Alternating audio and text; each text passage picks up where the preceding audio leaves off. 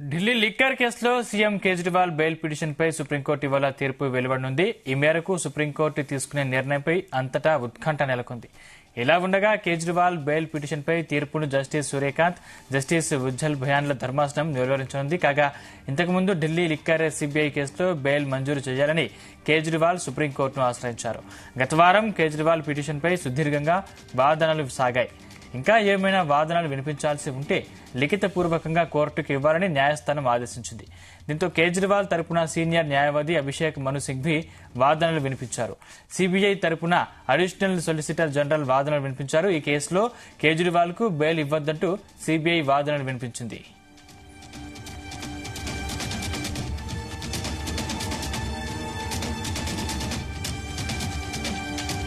కేవలం వాంగ్మూలం ఆధారంగా కేజ్రీవాల్ ను అరెస్టు చేశారని, అరెస్టుల్ని నియంత్రించడం కోసమే సీఆర్పీసీ సెక్షన్ 41A ను 2010లో చేర్చారని సింఘ్వి తెలిపారు.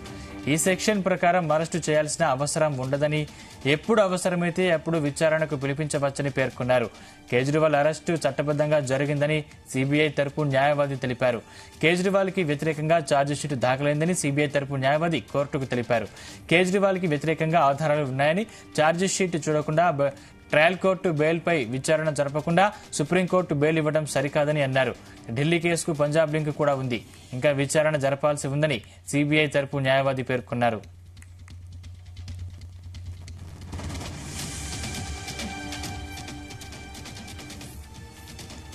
ఇదే అంశానికి సంబంధించిన మరింత పూర్తి సమాచారం మా క్రైమ్ బ్యూరో చీఫ్ రవితేజ అందిస్తారు. రవితేజ, ఢిల్లీ లిక్కర్ స్కామ్ కేసులో సీఎం కేజ్రీవాల్ బెయిల్ పిటిషన్ పై ఈ రోజు సుప్రీంకోర్టులో తుది తీర్పు వెల్లడించేటువంటి అవకాశాలు ఉన్నాయి.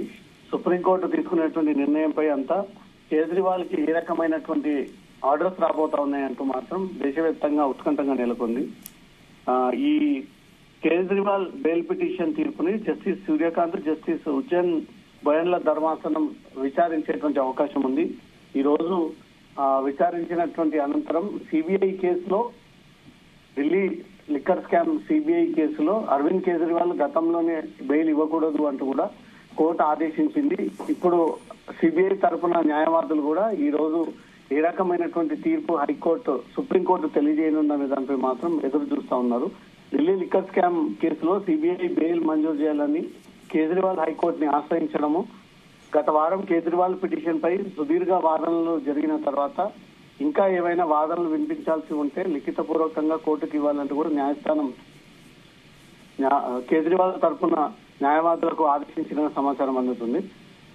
కేజ్రీవాల్ తరఫున న్యాయవాది సీనియర్ కౌన్సిల్ మెంబర్ గా ఉన్నటువంటి అభిషేక్ మను సింఘ్విని వాదనలు వినిపిస్తా ఉన్నారు. గతంలో కల్వకుంట్ల కవితకు, ఇతర ఢిల్లీ లిక్కర్ స్కామ్ నిందితులకు కూడా అందరికీ వారి తరఫున కౌన్సిల్ గా వ్యవహరించింది అభిషేక్ మను సింఘ్వి న్యాయవాదే. ఆ న్యాయవాదే ఈ రోజు ఢిల్లీ లిక్కర్ పాలసీ అరవింద్ కేజ్రీవాల్ సిబిఐకి సంబంధించినటువంటి వాదనలు గతంలో వినిపించారు. ఈ రోజు కూడా వినిపించేటువంటి అవకాశం ఉంది. సిబిఐ తరఫున అడిషనల్ సొలిసిటర్ జనరల్ వాదనలు కూడా వినిపించారు. ఈ కేసులో కేజ్రీవాల్ కు బెయిల్ ఇవ్వద్దు అంటూ కూడా సిబిఐ వాదనలు గతంలోనే వినిపించింది. ఈ రోజు సుప్రీంకోర్టు సిబిఐ కేసులో లిక్కర్ స్కామ్ కి సంబంధించి అరవింద్ కేజ్రీవాల్ కి బెయిల్ మంజూరు చేస్తుందా లేదా మళ్ళీ రిజెక్ట్ చేయడంతో ఆ ఆశలన్నీ కూడా నిరాశగా మారతాయనే దానిపై కూడా క్లారిటీ రావాల్సి ఉంది. కేవలం వాంగ్మూలం ఆధారంగానే కేజ్రీవాల్ ని అరెస్ట్ చేశారని, అరెస్టును నియంత్రించడం కోసమే సిఆర్పిసి సెక్షన్ 41A ను 2010లో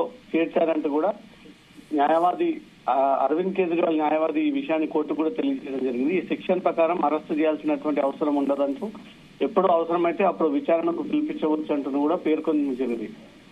కేజ్రీవాల్ అరెస్టు చట్టబద్దంగా జరిగిందని సిబిఐ తరపు న్యాయవాదులు కోర్టుకు తెలియజేయడము, కేజ్రీవాల్ కు వ్యతిరేకంగా ఛార్జ్షీట్ దాఖలైందని సిబిఐ న్యాయవాది కోర్టుకు ఈ విషయాన్ని తెలియజేయడము, కేజ్రీవాల్ కి వ్యతిరేకంగా ఆధారాలు ఉన్నాయని ఛార్జ్షీట్ చూడకుండా ట్రయల్ కోర్టు బెయిల్ పై విచారణ జరపకుండా సుప్రీంకోర్టు బెయిల్ ఇవ్వడం సరికాదంటూ మాత్రం ఇటు దర్యాప్తు సంస్థల తరఫున న్యాయవాదులు కూడా ఈ విషయాన్ని కోర్టు దృష్టికి తీసుకురావడం జరిగింది.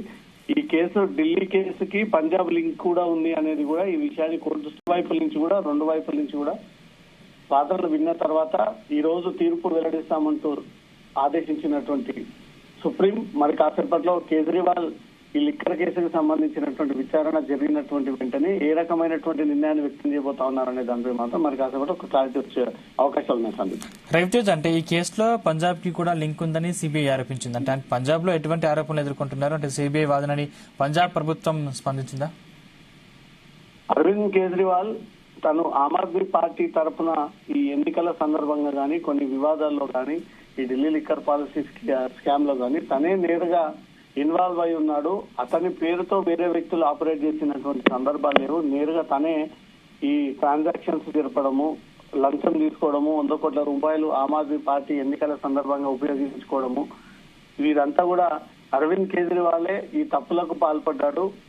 ఒక ఢిల్లీ దేశ రాజధాని ఢిల్లీలో ఉన్నటువంటి ఒక ముఖ్యమంత్రి, ఒక పార్టీకి ఫౌండర్ అయినటువంటి వ్యక్తి ఇలాంటి అవినీతికి పాల్పడి దేశంలో అవినీతి జరగకుండా స్థాపించినటువంటి పార్టీలోనే ఒక ఫౌండర్ గా ఉంటూ తనే ఈ అవినీతికి పాల్పడతా ఉన్నాడు అన్నది కూడా గతంలో కూడా పంజాబ్ లో కూడా ఈ రకమైనటువంటి కేసులు నమోదైనాయి. దానికి రిలేటెడ్ గా ఈ ఢిల్లీ లిక్కర్ స్కామ్ కేసు కూడా రిలేట్ అయ్యి ఉంది అనే దానిపై కూడా కోర్టులో ఈ వాదనలు వినిపించడం జరిగింది. అసలు ఈ పంజాబ్ కి ఢిల్లీ లిక్కర్ స్కామ్ గల రిలేటెడ్ ఎక్కడ మ్యాచ్ అయింది అనే దానిపై కూడా ఈ రోజు కోర్టు దృష్టికి దర్యాప్తు సంస్థ తరఫున న్యాయవాదులు కూడా వినిపించేటువంటి అవకాశం ఉంది. అన్ని వైపులా ఇప్పటికే వాదనలు పూర్తయ్యాయి. మళ్ళీ చివరిసారిగా ఇంకేమైనా వాదనలు వినిపించాల్సి ఉందంటే 2 తరపున సమయం ఇచ్చి ఆ వాదనలు విన్న తర్వాత కోర్టు అభిప్రాయాన్ని నిర్ణయాన్ని వ్యక్తం చేయనుంది.